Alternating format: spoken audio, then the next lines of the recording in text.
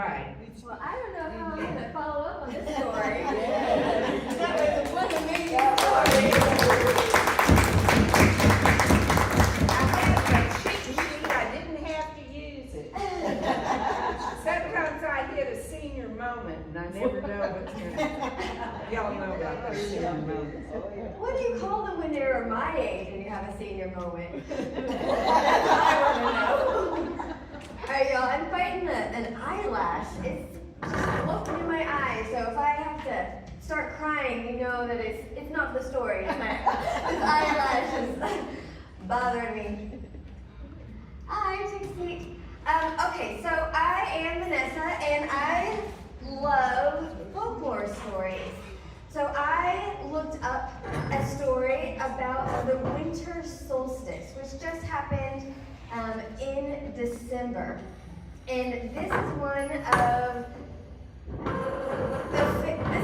one of the stories from Finland.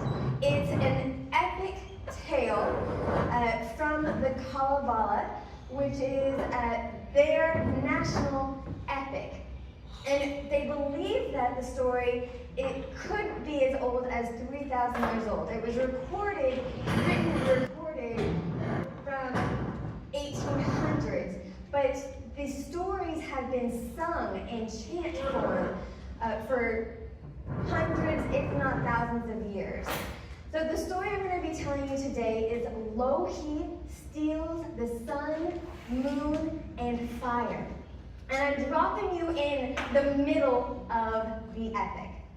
Lots of activity, lots of battles have been happening. We live in Kalavala. Kalavala is the land of the people, the land where the farmers live and people have hearths in their home. But to the north of Kalavala is Pohjola. And Pohjola is a magical realm. It is filled with ice and frost and dangerous beasts and dangerous magic. And it is ruled by a witch queen named Louhi. And Louhi is angry. She is furious with the people of Kalevala. And she has good reason to be angry with them. They have stolen something from her. It is a magical object called the Sampo. And the Sampo is this mill that creates, it mills, I'm not actually sure how these things work. It creates grain and salt and endless amounts of abundance and wealth. And it was created for her by a blacksmith, but with the intention that it would be shared with everybody. But Louhi has other ideas. She wants it all to herself, and she only wants it for the people of Pohjola, the land, the magical realm that she rules. But the people of Kalevala want some of this abundance as well. And so they went and they stole the Sampo from her so that they could share it with the world. A battle ensued, and in the midst of the battle, the Sampo was destroyed. And so Louhi is not happy, and she's a witch, a very powerful witch. And so she looks up into the night sky, and she comes up with an idea.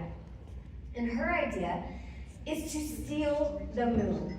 She transforms herself into a giant eagle, and she flies up into the night sky, and she steals away the moon.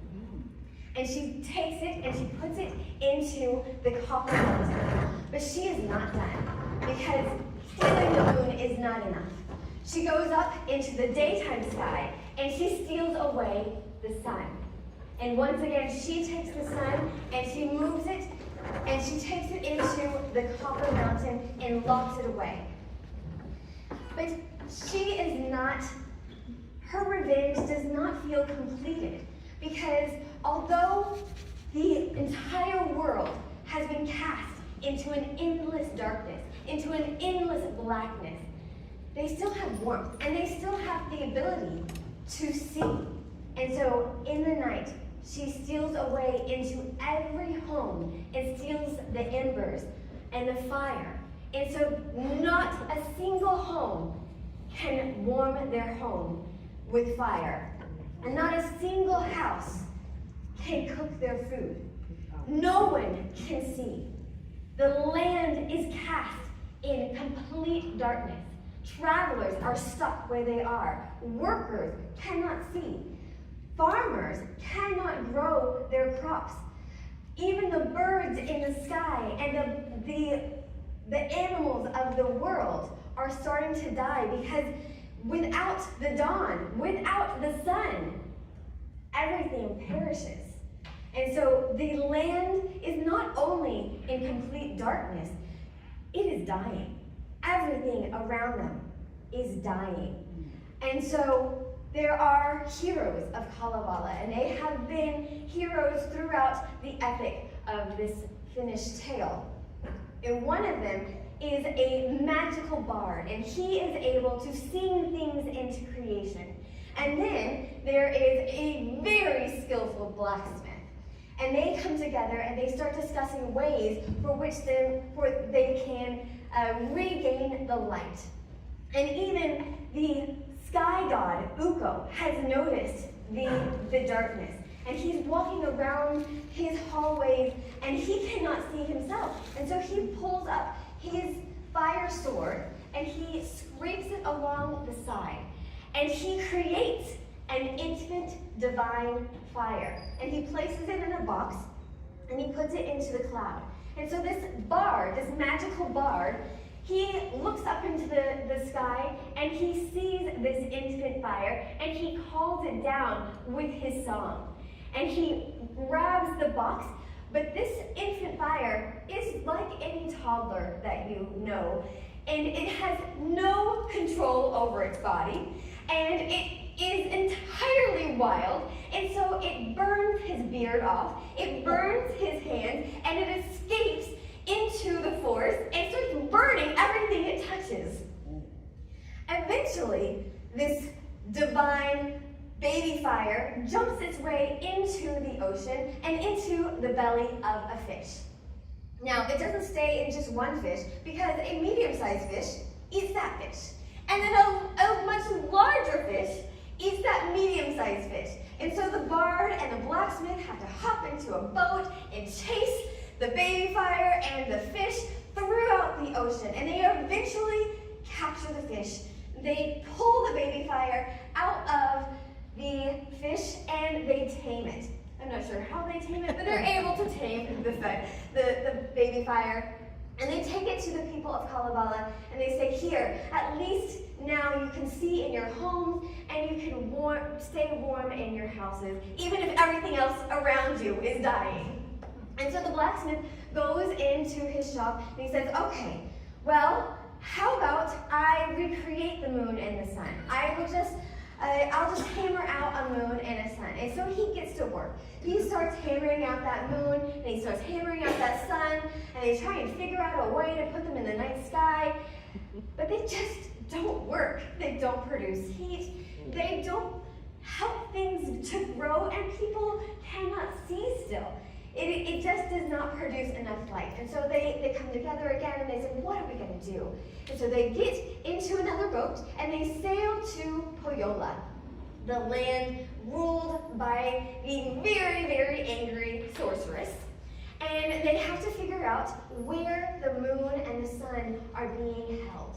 And they discover her copper mountain and how it is behind an imprisoned gate. And so they say, okay, we can get them. We just have to go back and just devise a plan. And so the blacksmith says, I can create a chain to bind Louhi, and I can pound out a key to unlock the gate. And so that's what he gets started with. And he goes to his blacksmith and he goes to his forge and he gets his anvil and he starts pounding out a chain. And Pohjola, who is able to transform herself into an eagle, she flies herself down to Kalavala to see what the heroes are up to. And she looks into the forge and she realizes that iron chain that he is creating can bind her and can capture her, and she decides she does not want to be imprisoned.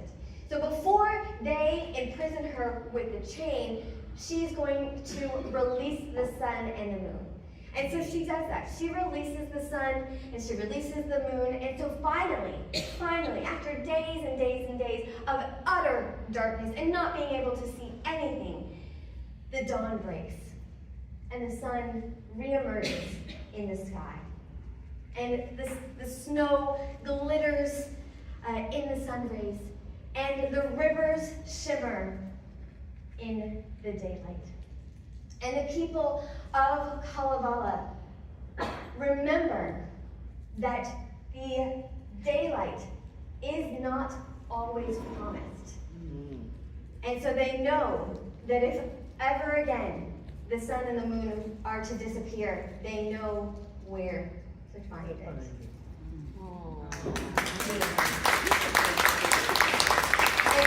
this story is very relevant to the people of Finland, because if you remember your geography, Finland is quite high, and so they actually do lose the sunlight for 1 to 2 months of the year. And so this is a reality that they live with every year, where the sun actually disappears. So I can imagine that it was an incredibly frightening situation every year when they did not know if the sun would return. Wow. And so this was a really important story for them. Oh, very Yeah. good.